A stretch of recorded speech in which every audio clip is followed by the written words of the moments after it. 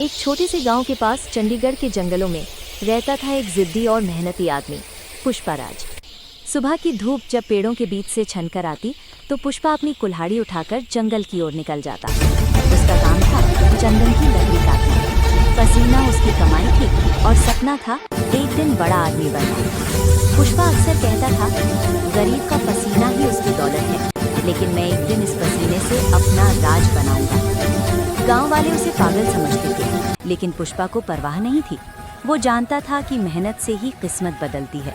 वो कहता था, चंदन बेचना गुनाह नहीं, गुनाह है सपने तोड़ना। पर हर कहानी में एक रुकावट होती है, और यहाँ वो था ऑफिसर शेखावत। शेखावत एक ईमानदार, सख्त पुलिस अफसर।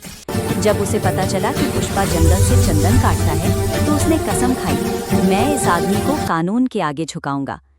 एक दिन बॉर्डर के पास शेखावत ने पुष्पा की गाड़ी रोक ली। गाड़ी में लकड़ी भरी थी।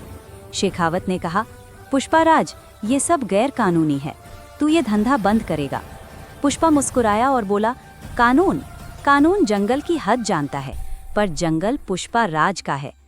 शेखावत गुस्से से बोला, मैं तेरे एक एक लट्ठे की जांच करवाऊंगा। पुष्पा बोला, अगर एक लकड़ी तूने पकड़ ली तो मैं तुझे चंडीगढ़ छोड़ दूंगा।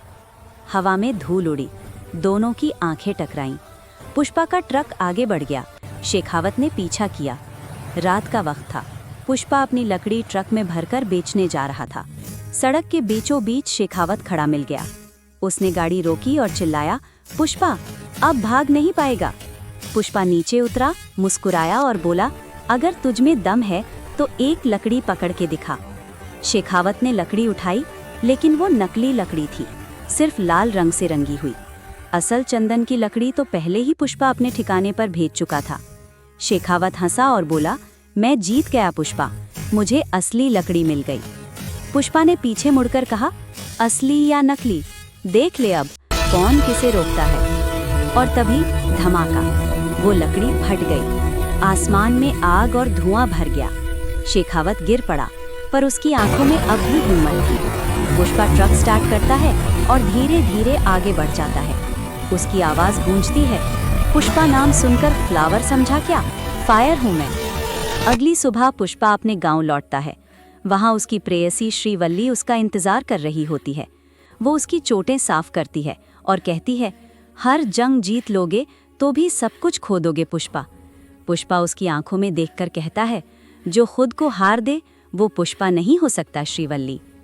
कुछ दिनों बाद शेखावत अपनी पूरी फोर्स के साथ जंगल में पुष्पा को घेर लेता है। पुष्पा की आंखों में अब डर नहीं, आग होती है। वो कहता है, मैं चंदन बेचता हूँ, जहर नहीं, पर अगर कोई मेरे रास्ते आया तो उसका रंग बदल दूंगा। गोलियों की आवाजें गूंजती हैं, धुआं भर जाता है और पुष्पा फिर गायब हो जाता है, जैसे जंगल ने अपने बेटे को फिर छुपा लिया हो। कुछ महीनों बाद एक नए ऑफिस के बाहर बोर्ड लगा होता है, पुष्पा एक्सपोर्ट्स चंडीगढ़। पुष्पा मर गया, लेकिन एक पहाड़ की चोटी पर सूरज की रोशनी में पुष्पाराज खड़ा मुस्कुरा रहा होता है।